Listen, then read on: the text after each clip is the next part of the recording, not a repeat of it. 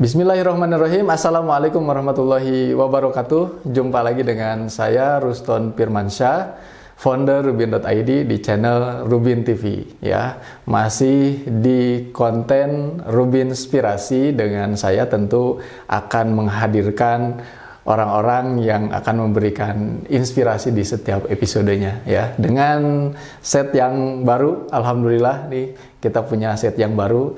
Ini harapannya mengundang sponsor sebenarnya. Ya, kemarin sudah ada sponsor yang masuk, tapi kali ini ya belum ada sponsor lagi di Kopi Generasi, ya. Sebetulnya masih sponsor kita. Jadi teman-teman yang butuh ngopi, ya, mahasiswa yang butuh ngopi, nah bisa beli kopi di Kopi Generasi. Tapi kali ini contohnya gak ada, ya. Jadi haus ini, ya. Oke, baik, di episode kali ini, ya, ini tentu kita akan hadirkan salah satu, ini bisa disebut alumni, ya, dari mahasiswa Rubin.id. Kita sapa saja, namanya Kang Cecep Gunawan, betul ya? Iya, Kang. Namanya Cecep Gunawan. Ini sebetulnya nama Cecep Gunawan ini kita punya pengalaman unik dengan nama Cecep Gunawan. Walaupun bagus sih namanya ini, karena bisa dilihat dari namanya, Kang Cecep ini berarti ini perantau, ya. Datang ke Bandung perantau, ya. Iya. Tapi rantau dari Cianjur, betul? Si Jawa Barat. Si Jawa Barat. Ya.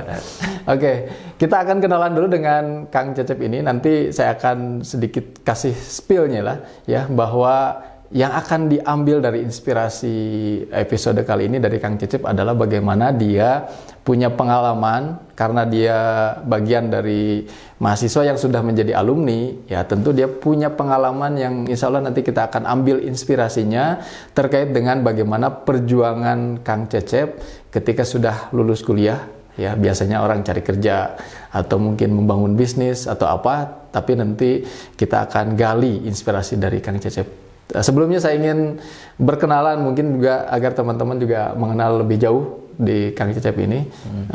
Usia perlu gak ya? Dulu kampus mana, Kang? Kampus. Saya dulu kampusnya Poltek Pos, Politeknik Pos Indonesia. Sekarang udah ganti nama, Kang. Oke, apa sekarang tuh? Jadi Universitas Logistik Bisnis Internasional. Universitas Logistik Bisnis Internasional. Singkatannya ULBI. Oke. Ya, kalau dulu mungkin teman-teman mengenal ada Poltek Pos, Politeknik Pos, ya. Iya. Ya, Pos, ya. Iya, Politeknik Pos. Posnya singkatan gak sih? Enggak ya? Orang bilang kalau kuliah di situ ntar kerja di pos katanya. Jadi Padahal enggak juga. Enggak juga. Makanya juga. Sekarang sudah ganti jadi ULBI, ya. Ini mohon maaf nih, karena settingannya baru, jadi saya juga agak kagok nih sebetulnya. Settingannya katanya ini di sini harusnya tamu, ya, di situ hostnya di situ, gitu ya. Kalau kan saya udah biasa jadi host juga kan. Dan sekarang udah tukar. Tapi ini teman-teman nggak tahu, ya, karena Kang Cecep tinggal di sini. Jadi saya yang tamu, makanya saya duduk di sini. Oke, berarti Kang Cecep ini kuliah dulu di Poltek Pos, lulus tahun 2022 saya wisuda. 2022. Berarti sekarang sudah lewat 2 tahun, ya, lulus dari Poltek Pos, berarti sudah tidak lagi jadi mahasiswa selama 2 tahun gitu, ya. Nah, dulu kampus Poltek Pos ada jurusan nggak sih? Ada ya, jurusan teknik informatika saya. Oh, teknik informatika. Ya. Oh, jadi Pos juga ada jurusan teknik informatika ya? Ada. Oke. Jadi sebetulnya ini programmer juga harusnya nih. Iya, harusnya. Kenyataannya? Cuman beda mazhab saya. Udah miring. Oke. Boleh cerita mungkin ya dulu pas di kampus seperti apa dulu, kegiatan lah, aktifnya kayak gimana tuh? Termasuk karakter mahasiswa yang aktif di mana, Kang Cecep? Untuk ketika jadi mahasiswa ya, ketika jadi mahasiswa saya banyak aktif di organisasi kampus. Organisasi kampus. Berarti di BEM. Oh, di BEM. Di BEM, terus di lembaga dakwah kampus juga. Lembaga dakwah kampus. Gitu. UKM-nya berarti lembaga dakwah kampus. Iya, UKM-nya lembaga dakwah kampus. Di BEM kampus. jadi presma lah atau apa? Nah, itu ada cerita. Gimana coba? Jadi saya sempat galau sih waktu itu karena gak bisa jadi presma, terkendala sama persyaratan saat itu. Oh, jadi mau nyalon jadi presma, cuma terkendala beberapa persyaratan. Akhirnya saya nggak jadi nyalon jadi presma. Mungkin gak punya paman itu. Oh, iya. Beda ya? Beda kan. Padahal saya udah datang ke kampus waktu ketika apa sih kalau di saya kan karakter building ospek. Oke, ada ospeknya. Ospek hari pertama itu udah saya nadain ke panitia. Itu yang berdiri di depan itu apa namanya gitu. Yang sering orasi seperti itu. Oh, itu namanya Presma. Presiden. Saya bakal jadi kayak gitu saya. Oh, jadi sudah pas pertama kali. Saya udah nandain langsung orang-orang tuh langsung gimana gitu. Terus ya kayak gitu. Nah, akhirnya ketika itu prosesnya kayak gimana gitu untuk jadi Presma. Akhirnya harus ikut BEM dulu segala macam. Saya ikut BEM, ikut seleksi segala macam sampai di tingkat kedua saya mau jadi Presma, cuman terkendala di pencalonan. Di persyaratan saya akhirnya nggak bisa lolos jadi Presma tuh. Tapi mungkin ada takdir yang lain ternyata. Apa tuh? Di Presma emang gak lolos ya. Gagal. Kalau gagal tuh kalau udah nyalon. Ini mah belum nyalon. Jadi gak gagal. Oh, yang gagal saya pernah nyalon kan? Saya pernah nyalon. Kalau saya belum pernah nyalon ketika di persyaratan. Nah, jadi selama udah menyiapkan kan sebenarnya selama 2 tahun itu untuk jadi Presma, akhirnya galau. Nah, ketika saya galau ada kalau di LDK tuh ada semacam kayak pelantikan gitulah, pergantian ke pengurus dan saya mau jadi pengurus yang baru kan. Di satu ketika nggak tahu kenapa di situ panitianya tiba-tiba sekaligus milih untuk jadi ketua pencalonan ketua LDK. LDK Lembaga Dakwah Kampus. Pada sebelumnya memang sudah jadi anggota aja dan nggak ada niatan untuk arah ke situ juga saya sebetulnya gitu kan, nggak ada niatan arah. Nah, nggak tahu kenapa di situ Ikhwan-Ikhwannya itu diminta untuk bikin visi misi itu semua Ikhwan. Nah, kalau saya kan karena emang bekal dari dulu yang di BEM gitu, pakai aja gitu kan. Dipakai visi misinya. Pakai aja kan, saya nggak usah jauh-jauh gitu kan. Dia pasti menang lah. Iya. Kan BEM visi misi BEM dibawa ke LDK. Iya, spiritnya aja yang beda kan. Cuman ininya lah masih punya giro leader tuh masih ada gitu kan saya. Akhirnya nggak tahu kenapa saya malah dicalonin di sini dan masuk ke kandidat. Akhirnya ketika pencalonan malah saya kepilih di situ. Berarti dulu waktu jadi mahasiswa itu sempat menjadi ketua organisasi UKM berarti UKM. Ini luar biasa berarti ya. Walaupun tadi ceritanya karena gagal mencalonkan diri dari Presma karena nggak bisa ya. Nggak bisa. Ya, tadi gagalnya ya sayangnya itu kalau punya paman mungkin beda cerita ya. Iya ya. Saya nggak punya orang dalam. Berarti dulu pas waktu mahasiswa termasuk jadi mahasiswa yang aktif di organisasi. Aktivis berarti ya. Iya, aktivis ya. Cukup aktif lah, pulang jam 10 malam. Oh, pulang jam 10 dari kampus. 10 malam. Saya kalau di BEM justru pernah jam 2 malam kan. Enggak tahu. Di BEM itu. Iya. Oh, di BEM tetap masuk tapi jadi anggota ketika tingkat 1. Tingkat 1, tingkat 2-nya udah fokus ke full di UKM gitu. Nah, berarti kegiatannya seperti itu. Nah, tapi karena Kang Jacip ini kan berarti bukan hanya sekedar antum jadi mahasiswa aktivis. Nah, ditambah lagi kan masuk Rubin. Benar ya? Iya, benar kan. Nah, masuk Rubin dari semester berapa? Tingkat 3, semester 6 berarti. Oh, tingkat 3. Berarti sempat ngekos. Sempat ngekos dulu. Sempat ngekos berarti 1 tahun. 2 tahun. Kurang 2 tahun saya. Kurang 2 tahun. Kontrak, ya. Nah, terus masuklah Rubin. Nah, boleh ceritakan lah gimana masuk Rubin. Jadi masuknya saya ke Rubin itu ada satu momen ya.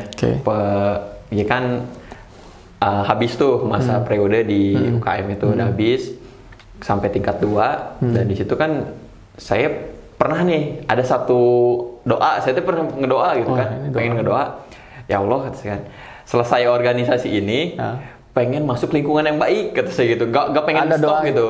Itu didoakan serius gitu. Itu serius doa, saya beneran, saya sempat ngedoa kayak gitu kan, soalnya selepas dari UKM itu kan ya udah itu fokus ke kuliah aja gitu kan, nggak ada aktivitas organisasi segala macam. Nah, saya sempat ngedoa kayak gitu. Nah, sambil masa peralihan pergantian kepengurusan sampai saya udah gak ngejabat lagi di UKM itu, saya sering nonton YouTube. Nah, pas kebetulan nonton Ustadz Fatih Karim. Oh, Ustadz Fatih Karim. ada di situ. Ada konten Akang di situ yang di situ apa ya? Kalau nggak salah judul inovasi baru dari Bandung. Nah, gitulah. Nah, saya tonton di situ kan. Itu 2000 berapa itu kan? 2020-an mungkin ya? Ya, pas pandemi lah itu kayaknya. Ya, pas pandemi. Pas pandemi itu. Nah, saya tonton, ada apa ini gitu kan? Rubin gitu kan. Nah, saya emang tertarik ikut kegiatan kayak gini gitu kan. Saya lihat di situ saya follow Instagramnya, selang 2 minggu kalau nggak salah, 2 minggu atau ya nggak lama dari itu ada pembukaan, saya daftar.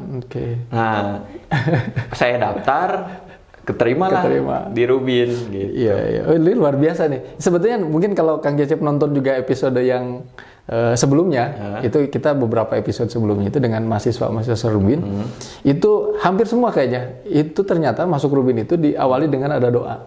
Oh ya? Ini menarik gitu. Artinya ternyata Rubin ini hasil dari doa teman-teman, sebetulnya adanya Rubin ini.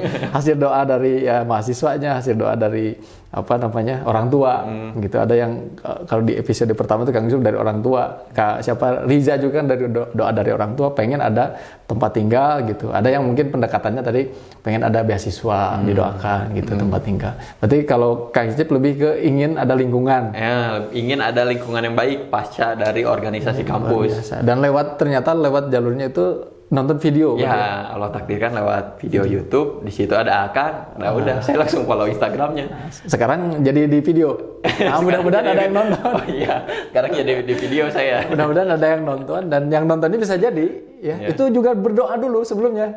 Makanya sebelum nonton tuh berdoa dulu, bagus ya. Berdoa yang baik-baik, siapa tahu dapat inspirasinya itu dari tontonan. Apalagi ini judulnya Rubin Inspirasi. Masuk kan? Ada inspirasi. Mudah-mudahan menginspirasi. Luar biasa. Jadi ya seperti itulah. Akhirnya masuklah ke Rubin ya. Akhirnya masuk ke Rubin. Dulu saya masih ingat banget Kang, antum masuk Rubin itu kan masih awal-awal itu. Iya, masih awal-awal. Artinya di Bandung itu masih mungkin pas pertama kali kita scale up gitu, dari berapa Rubin gitu, dari 5 terus jadi banyak. Rubin yang ditempati Cecep itu adalah Rubin yang statusnya mau dijual. Iya. Rumah yang mau dijual, betul ya? Iya, saya ngalamin itu. Rumah yang mau dijual, jadi pemiliknya lagi cari calon pembeli sebetulnya. Daripada kosong ya kita manfaatkan. Nah, Cecep ada di situ, dan kebetulan di situ kampus-kampus yang dekat adalah Poltek Pos waktu itu. Dekat ya? Ya relatif dekat lah. Jalan kaki juga sebenarnya masih mungkin ya. Memungkinkan masih dekat juga di sini. Jadi termasuk yang dekat. Nah, mungkin nanti ada yang nonton juga, bisa jadi yang doanya itu yang punya rumah kan, bisa jadi. Nah, iya, bisa jadi. Ini rumah saya bingung nih mau diapakan gitu ya. Nah, bisa jadi nanti digunakan oleh mahasiswa. Jadi doa ketemu doa. Ini luar biasa. Oke, berarti seperti itu. Tapi karena saya ingin ambil inspirasi dari Kang Cecep itu adalah proses.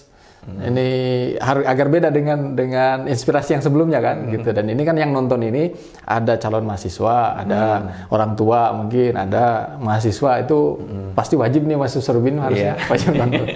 Nah, bisa antum kasih inspirasi itu, saya ingin menggali antum tuh pengalaman antum dari sisi setelah lulus. Nah, kan setelah lulus tuh kebayang saya, karena saya juga bagian dari yang pernah lah mengalami itu, pasti lulus itu yang dipikirkan gimana kerjaan. Iya betul ya. Saya ngalamin banget itu.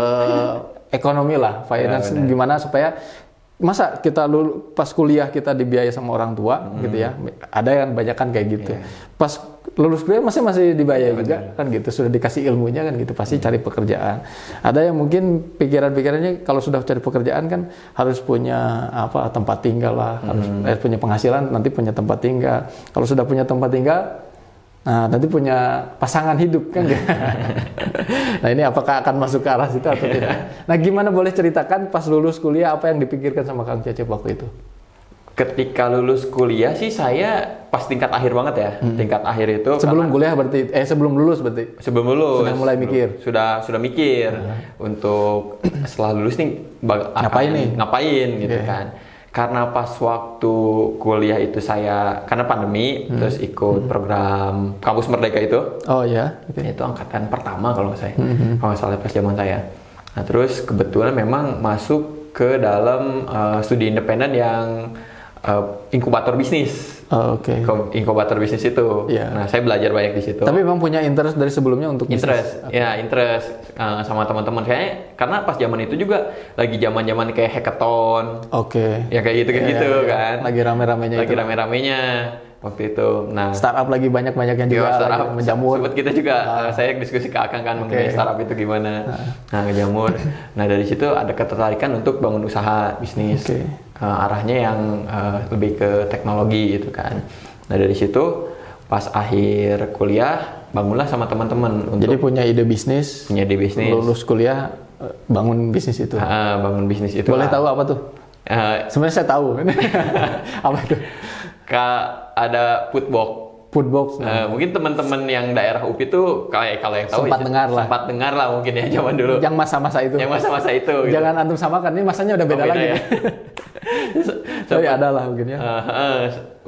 Karena target marketnya itu mahasiswa, khususnya yang daerah Gerlong, daerah Sarijadi. Jadi itu tuh catering gitu lah ya? Ya. Pesanan online juga ya? Ya. Okay. Untuk sementara itu Foodbox itu catering berbasis pemesanannya online gitu. Tapi khusus untuk teman-teman mahasiswa yang ngekos gitu. Keterkendala kan saya ngeriset apa permasalahannya. Pada saat itu banyak tuh teman-teman daripada mahasiswa tuh lebih ke bosan sama menu yang gitu-gitu aja. Oh, jadi latar belakang idenya itu persoalannya di situ. Nah, kita buatkan lah dengan menu yang variatif, berbeda dari lingkungan yang mungkin kan biasa di warteg apa. Kita buatkan yang menunya pun ada yang kadang kalau yang western gitu kan, ada yang Jepang gitu. Beragam lah intinya. Yang buat mereka nggak bosen gitu untuk makan. Dan itu kayaknya valid lah ya. Bagi mahasiswa, ya saya juga merasakan lah ya. Ketika mahasiswa itu kalau mau beragam paling ganti-ganti ini kan beda-beda tempat. Di warteg ini, rumah makan ini atau apa gitu. Tapi kan ujung-ujung nanti ini lagi pasti di rumah makan ini doang. Ini apa khususnya. Kalau ini berarti beda-beda. Beda-beda menunya setiap hari. Saya buat itu, terus juga saya buat yang harganya juga cukup relevan sama kantong mahasiswa saat itu. Terus enaknya lagi dianterin gratis juga. Sudah include ongkos kirimnya. Oh, karena dia paket ya. Karena dia paket gitu. Bukan sekali beli, tapi paket selama 1 minggu kita anterin untuk makanan cateringnya. Dan itu melakukan itu berapa lama tuh? Proses itu? Maksudnya berjalannya itu berapa lama? Berjalannya atau proses ngebuatnya nih? Dari awal kan ini pasti berakhir sebenarnya kan. Ada akhirnya nih. ada akhirnya. Jadi loncat masih akhir. Berapa lama itu? Berjalannya 2 bulan sih. Oh, 2 bulan aja? 2 bulan aja saya. Sempet pokoknya. Saya ingat saya lama loh. Ada proses praknya mungkin yang lama. Ada hiatusnya kan? Ada hiatus. Ada jeda dulu. Sempat hiatus. Pas ini lagi. COVID itu cukup 1 bulan tuh. Terkendala dari tim internalnya tuh, terutama di mitra, operasionalnya segala macam. Kacau di situ tuh, apalagi pas lagi COVID. Nah, dari situ kita coba untuk evaluasi lagi kayak gimana sampai akhirnya kita jalan lagi tuh. Dan ketika jalan juga cuma 2 bulan aja sih di situ. Tetap terkendala dari 2 bulan itu berarti dianggap berjalan karena ada customer, ada operasional berjalan. Ya, operasional berjalan segala macam. Cuman karena memang kita dalam kondisi yang masih kuliah dan masih rata-rata tingkat akhir semua. Oh, jadi, itu waktu itu masih kuliah ya? Belum lulus. Oke. Nah, yang kedua sih udah lulus, yang kedua.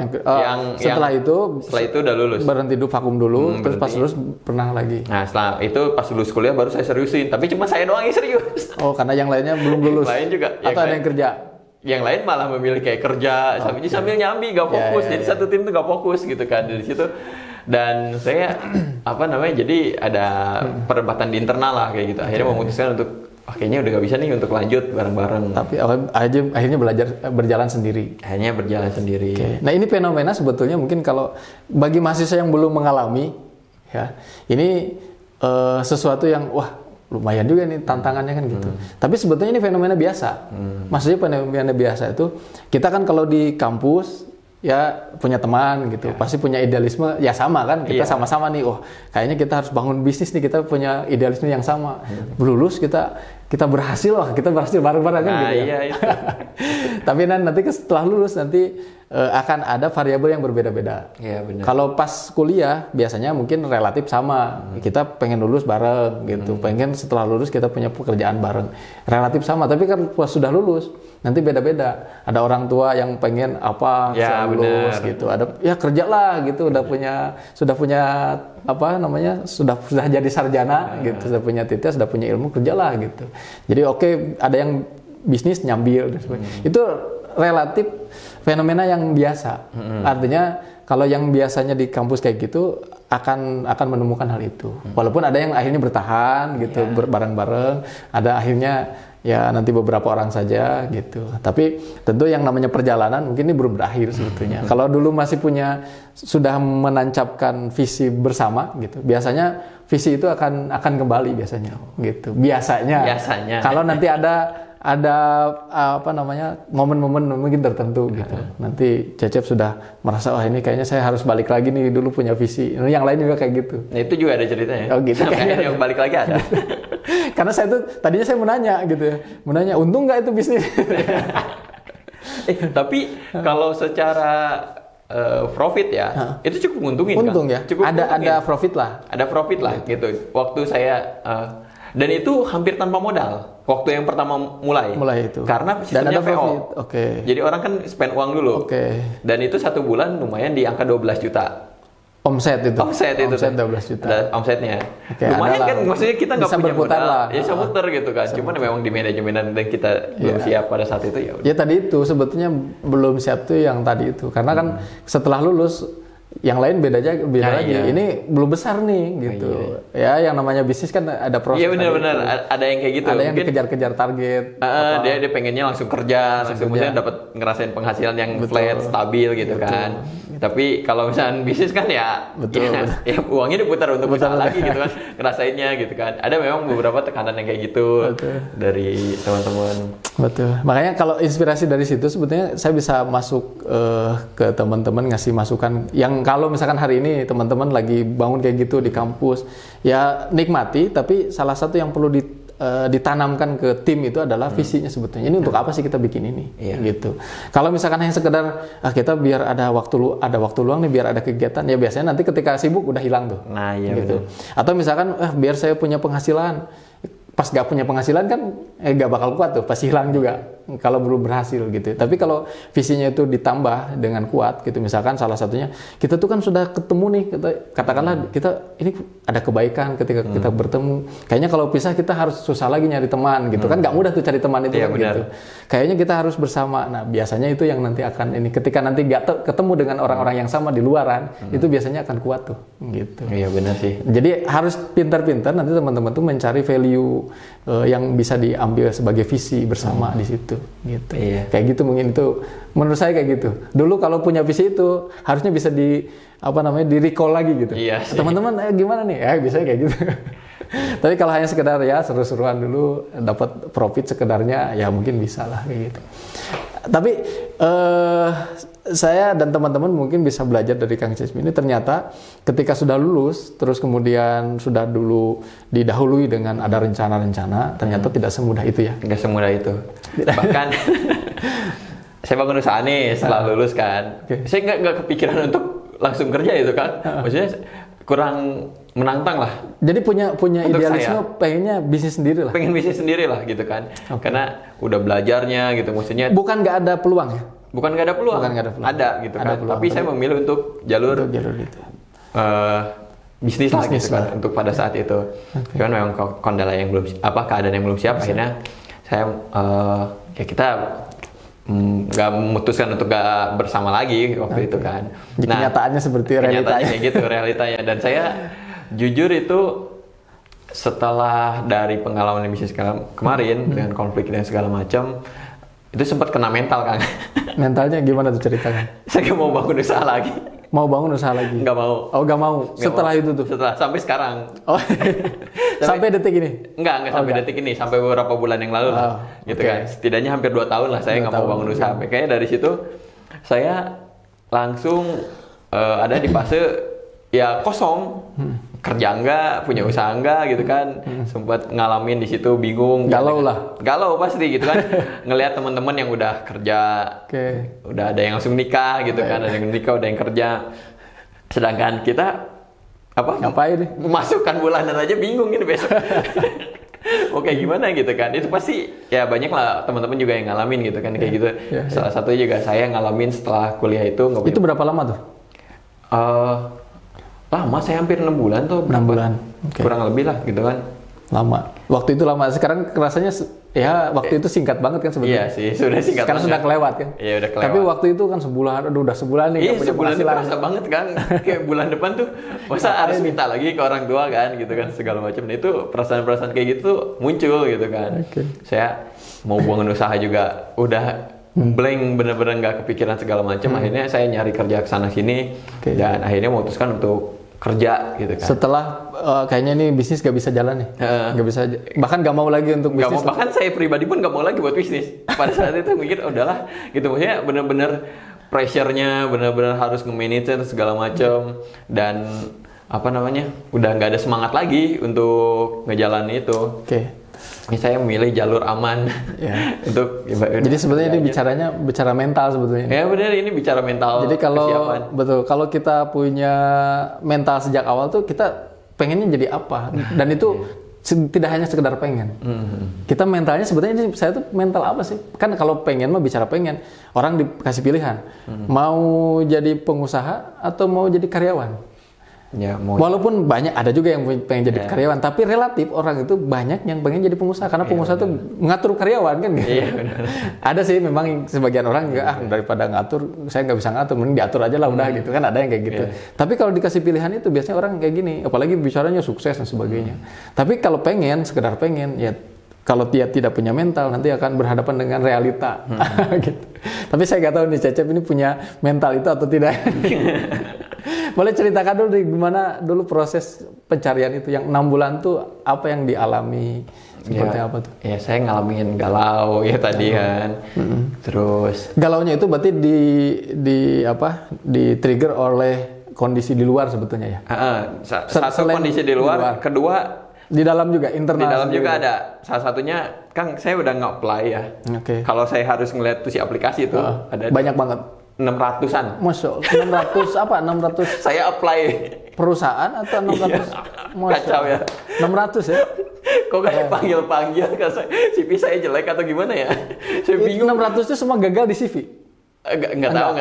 Ada aja yang panggilan mah, maksudnya cuman beberapa ya udah gitu gak berhasil nge-apply banyak kan. Saya bingung sampai semua udahlah, maksudnya nggak spesifik di jurusan saya, udah apa aja saya inilah gitu kan. Sampai 600. Kalau saya ngecek di aplikasi sih yang udah terlamar sih segini, itu baru satu aplikasi. Dan ada aplikasi yang lain juga. Kan banyak, ada linknya dan segala macamnya itu belum tahu sih. Minimal 600. Minimal 600 saya bisa cek. Aduh ini saya harus kemana lagi gitu kan, bingung. Ya memang ya sesusah itu gitu kan nyari kerjaan itu, saya bingung kan. Sampai nggak usah spesifik IT lah udah, maksudnya apapun lah saya kerjain. Bahkan ada guru Mandarin pun saya apply. Guru Mandarin nggak bisa. Udah terserah lah. Kalau itu kan dipastikan itu pasti gagal. Pasti gagal ya udah. Yang penting mah ada usaha, ada penyemangat dulu kan. Oh dipanggil interview. Akhirnya saya punya ada bergunanya gitu. Itu kan. Ini inspiratif sebenarnya. Jadi kalau sudah ada keinginan, pokoknya berusaha terus. Ya udah, apa aja lah kata saya kan gitu kan. Nah, cuman emang susah gitu kan. Saya nyari ke temen juga nggak bisa gitu, nggak bisa bantu segala. Jadi ke teman sudah, ke kenalan sudah, gitu, apply kemana-mana sudah, ternyata nggak nemu juga. Nggak, dan itu ngalamin berapa lama emang. Itu benar-benar down lah waktu itu. Down waktu itu, bisnis hancur gitu kan istilahnya. Bisnis juga nggak jalan. Jalan, bisnisnya juga. Hidup saya jadi apa? Saya bingung, itu terombang-ambing kan. Sampai ada satu momen ketika yang kata waktu sempet yang di Rubin, yang saya pernah nge-apply, dan itu cukup cepat itu proses. Kalau nggak salah saya nge-apply-nya di 1 hari gitu kan, di hari ini misalkan. Nah besoknya itu udah langsung ada panggilan. Oh iya. Dan betul. Pas panggilannya cepet juga tuh langsung. Ya udah. Harus keluar kota itu. Cuma harus keluar kota. Udah mas lewat video call aja kata. Oh ya udah nggak apa-apa. Nih jadi apa saya kan? Jadi asisten CEO gitu kan. Wah karena memang kata saya ada basic yang buat nge-manage di usaha yang sebelumnya kan. Itu saya pede di situ. Itu tuh setelah 600 tadi itu. Ya setelah itu. Oh berarti memang perjalanan antum. Panjang, waktu kan? Itu saya ketemu dengan antum. Berarti saya nggak membayangkan sedown itu antum. Iya saya bingung. Udah gak jelas lah. Bingung lah pokoknya pada saat itu gitu kan. Oke, nah sekarang saya ingin lihat, ingin tahu proses dari setelah masuk pekerjaan yang akhirnya nemukan lah ini pekerjaan yang sampai sekarang kan pekerjaan situ itu bagaimana tuh apakah selesai masalah atau bagaimana ini? Enggak sih, masih ada aja tetap masalah gitu. Masalah ada. Jadi ketika saya masuk kerja, ketika masuk kerja tuh sering ada konflik batin, Kang. Apa tuh? Saya ngalamin karena ya idealismenya saya punya usaha dulu kan. Oh, padahal sebenarnya udah nggak mau tuh. Udah nggak mau sebenarnya. Tapi tetap bergejolak. Gitu. Tapi tetap gitu. Iya ketika tetap kerja kayak ya itu resiko sih, maksudnya kayak disuruh ini suruh itu, terus kita nggak punya kebebasan buat ngasih saran, ngasih suara. Itu tuh buat saya agak berontak gitu kan. Karena kan saya dulu ketika bangun usaha sama teman-teman saya yang arrange meeting, ngatur teman-teman. Nanti kita gini ya, ngarahin gini, metain gini kan. Ketika masuk kerjaan disuruh kayak gini. Tapi ketika mau bersuara tuh gak bisa juga gitu. Nah itu buat saya itu tantangan. Ya satu adaptasi yang cukup untuk sulit lah gitu. Berarti ada proses adaptasi. Mentalnya masih mental owner gitu kan. Mental owner gitu. Gak bisa nih kayak gini gitu kan, saya gak mau. Padahal dulu owner aja biasa-biasa aja. Dulu biasa aja. Kebayang kan? Kalau owner yang dia sudah punya perusahaan bisnis besar gitu, kan udah jadi owner bener tuh. Iya benar. Sukses gitu. Terus gagal, terus jadi karyawan. Kebayang. Ini belum apa-apa aja. Belum apa-apa saya.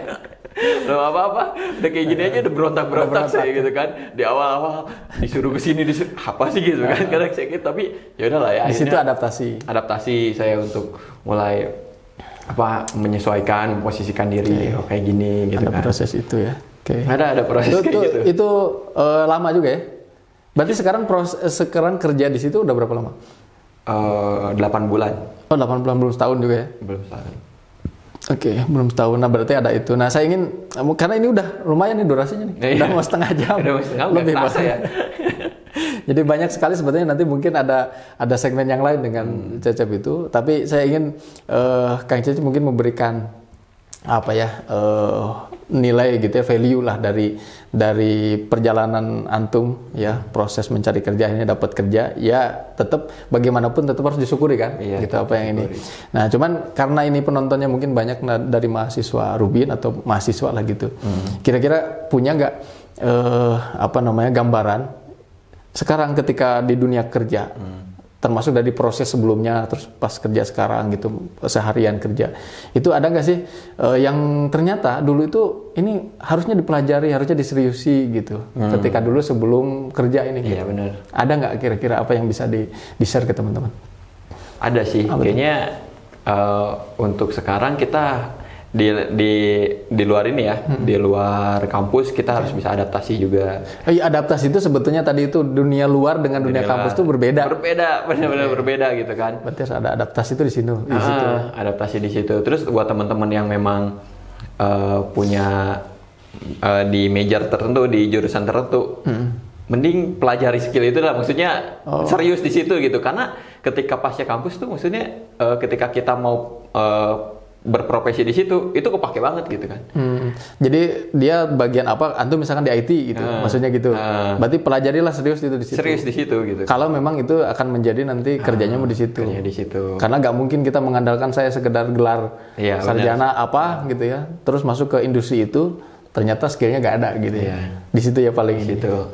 Nah terus juga karena dulu di Rubin, sekarang di dunia industri gitu, di pekerjaan itu ada nggak hal-hal yang di Rubin itu ternyata juga manfaat ada di dunia pekerjaan? Ada Kang. Apa tuh?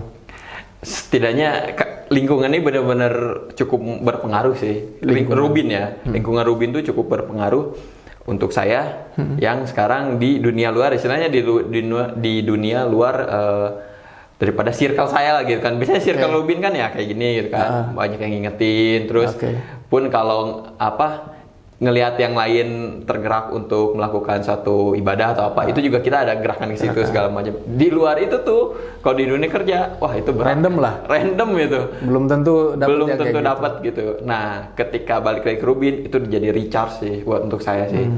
Jadi trigger tertentu lah gitu. Berarti sebetulnya lingkungan tuh bisa dikatakan mahal sebetulnya. Mahal bener-bener Kang, saya ngerasain banget itu lingkungan mahal banget. Nah, jadi ini pesan ya sebetulnya untuk memanfaatkan teman-teman yang sekarang ada nih lagi di Rubin gitu. Bahwa lingkungan sekarang ada mengingatkan itu banyak cara ya. Termasuk kan kita pasti walaupun gak diajak misalkan, kalau sudah memang lingkungannya seperti itu, ada yang teman-teman yang lain ke masjid gitu, kita enggak, kan pastilah. Ya, nah aduh gak enak. Masih gitu ada tergerak gitu. Untuk ada trigger lah gitu kan untuk ke situ. Kalau di lingkungan yang ternyata tidak ada seperti itu, sama nih, malah kayak gitu ya. Iya kan. Ini luar biasa. Jadi harus dimanfaatkan itu. Ada lagi nggak yang bisa di-share ke teman-teman yang ya dulu di Rubin apalah tadi selain itu ya, selain lingkungan itu ada nggak? Ya lingkungan sih yang paling pengaruh banget ya. Lingkungan yang paling kerasa banget gitu kan. Ketika kita down futur pun ya saya balik ke Rubin pun banyak orang yang nge-support dan segala macam.